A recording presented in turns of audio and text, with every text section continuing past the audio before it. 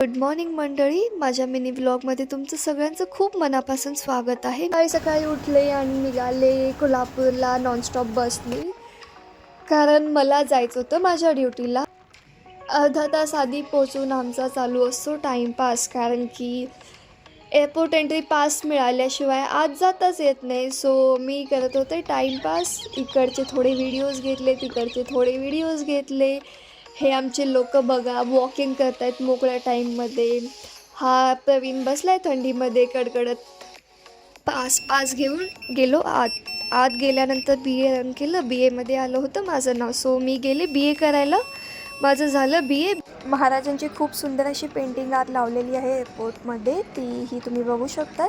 आणि तिथून मी गेले, माझा फोटो क्लिक केला आणि गेले कॉफी प्यायला. दुसऱ्या कॉफीला मी दिले 30 रुपये. कॉफीचं कप बघा तुम्ही, 30 रुपये.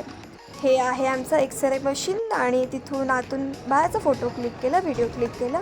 आणि इथून आमचे चेक इन बॅग स्क्रीन होतात. चेक इन बॅग झाले. ही बघा इंडिगोची स्टाफ बनवती आहे ग्रीटिंग्स फॉर पॅसेंजर्स. आणि मग तिथून पॅसेंजरनी दिली बॅग चेक इनसाठी. ही बॅग जात आहे BMAला. हा आहे एअरक्राफ्ट पार्किंग बे. तिथे एक छोटंसं एअरक्राफ्ट थांबलेलं. मी साईन करत होते लॅडर बुक एअरक्राफ्टमध्ये एंट्री करण्यासाठी. तेवढ्यामध्ये आमचं एअरक्राफ्ट झालं लँड आणि येतं होतं पार्किंग बेला. इथे आमचं चालू होतं टाईमपास, कारण मुंबईमध्ये ATC कंजेशन असल्यामुळे आम्हाला क्लिअरन्स भेटला नव्हता. सो आमचे चालू होते फोटोज व्हिडिओज.